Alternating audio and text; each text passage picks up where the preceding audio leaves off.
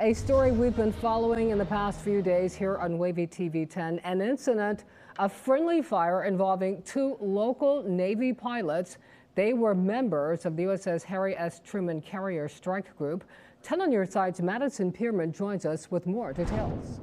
Regina, good evening. It's important to note today that Fox News reported a second F/A-18 Super Hornet was also fired on by USS Gettysburg at that time. Sources say they were able to use evasive maneuvering to avoid the strike by just 100 feet.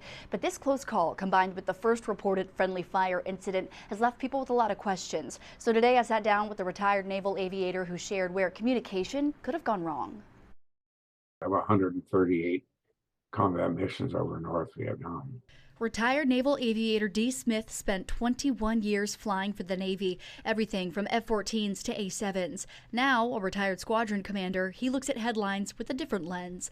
The most recent one regarding a Virginia Beach-based Super Hornet being shot out of the sky over the Red Sea by USS Gettysburg, a guided missile cruiser, is no different. He said both parties have technology to help them identify each other. You know, we have what we call a guard channel, that is a wide open UHF channel that everybody is on all the time. He says intercepting aircraft could have also helped identify the F/A-18, something he did frequently and would almost always recognize them as a friendly. I have lined up at the 6 o'clock with the guns armed and the sight on because I couldn't identify them until I got real close. That would have been a friendly fire incident because the airplanes I identified were friendly.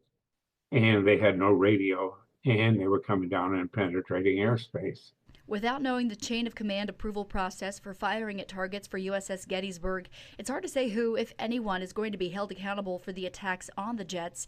For now, Smith says he understands the area has a busy airspace in regards to hostile drones and missiles that crews remain on high alert for. Somebody was either convinced there was a danger to the fleet, or it was just an outright error. Things happen pretty fast.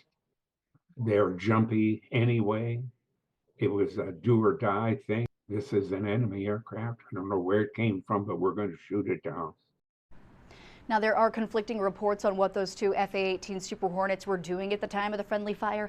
Fox News is reporting from their sources that the jets had just refueled other Super Hornets, conducting strikes against Houthi rebel supplies, and were trying to land on the USS Harry S. Truman Carrier when Gettysburg opened fire. Madison Pierman, 10 on your side.